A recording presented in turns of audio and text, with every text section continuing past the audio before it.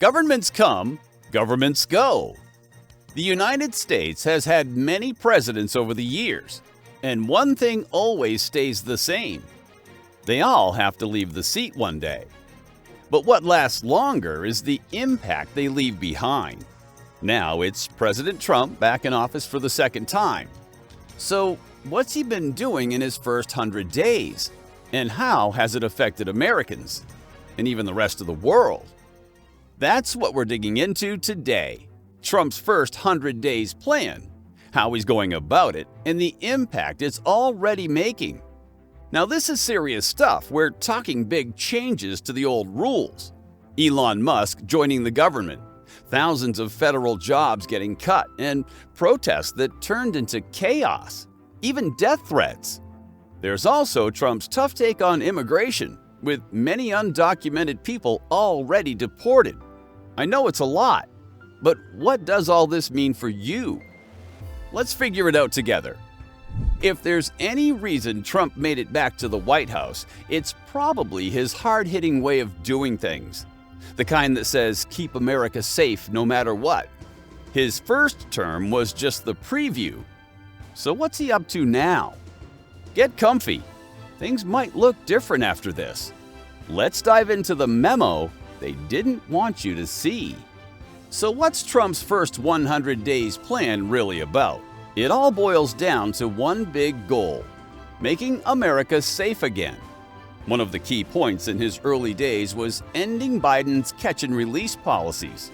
With a clear aim to undo his predecessor's approach to immigration, Trump wasted no time in reinstating the Remain in Mexico policy, tightening asylum laws for illegal border crossers, and making sure criminals had no place to hide. This wasn't just a tweet or a promise. On January 25, 2017, Trump took executive action to remove aliens lawfully, and with Executive Order 14159, he showed once again he meant business. And history is no joke. His first few days in office set the tone for tough immigration policies, targeting sanctuary cities and ensuring that aliens could be properly screened before entering. But wait, there's more in Trump's box of promises.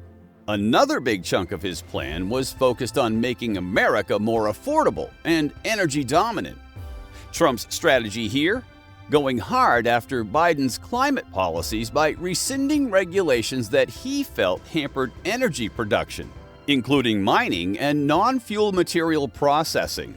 On top of that, Trump planned to empower consumers with more choices in everything from vehicles to washing machines.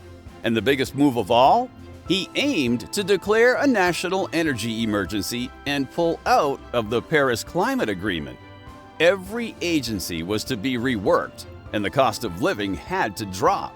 An ambitious overhaul for the energy sector that aligned with his broader vision of putting America first.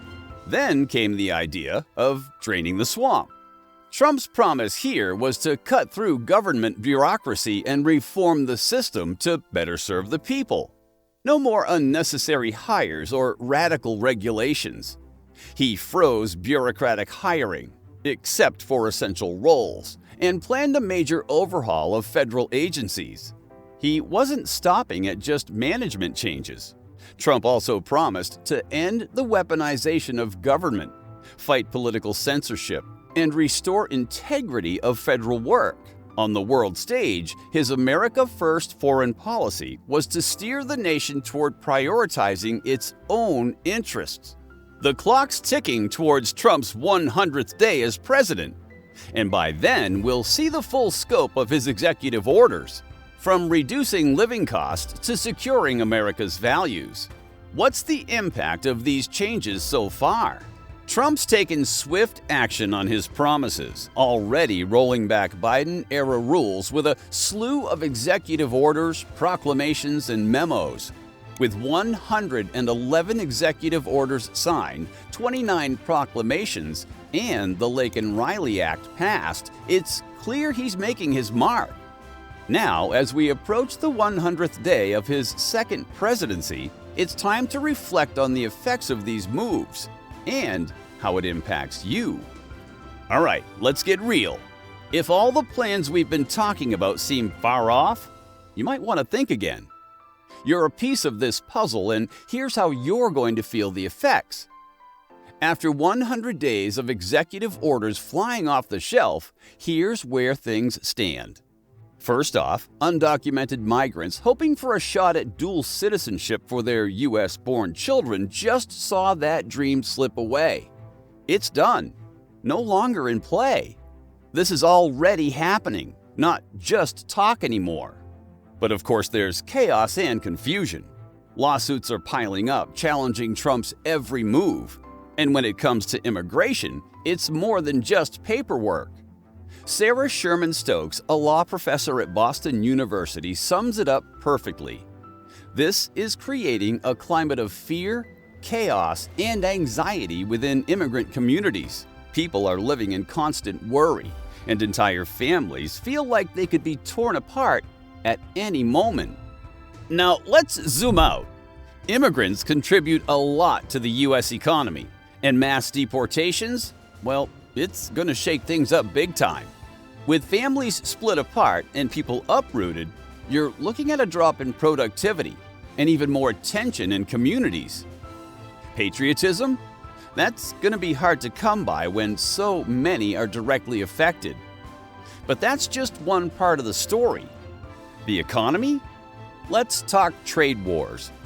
Mark Williams, a lecturer at Boston University, warns that if Trump slaps tariffs on all imports, it's gonna hurt. Remember, the U.S. is the world's biggest importer. If other countries have to pay extra just to sell us stuff, they won't stay silent about it. And guess who gets stuck paying the higher prices for everything? That's right, you and I. We'll be the ones footing the bill at the cash register, especially for imports like phones, clothes, and even food. And if Trump pushes those 25% tariffs on cars, good luck finding a cheap ride, since a lot of car parts come from overseas. What could that cost? A study by Yale says that might be an extra $3,800 a year for the average household. That's a lot of extra money to come up with, especially for families already struggling.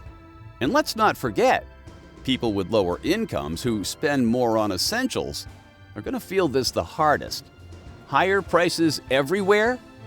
That's inflation, and it means your dollar won't go as far. It's a slippery slope, and if we're not careful, the whole economy could slide into a deeper mess. And then there's the climate shift. With the pullout from the Paris Climate Accord, the U.S. just turned its back on one of the most important global agreements on climate change. Other countries, especially China, are more than ready to move on without us.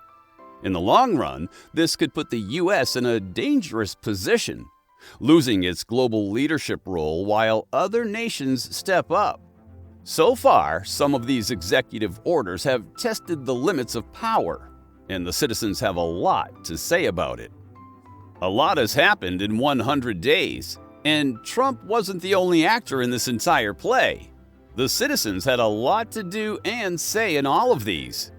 People had a lot to say. About 4 in 10 Americans approved of Trump's job after 100 days, a record low for a new president.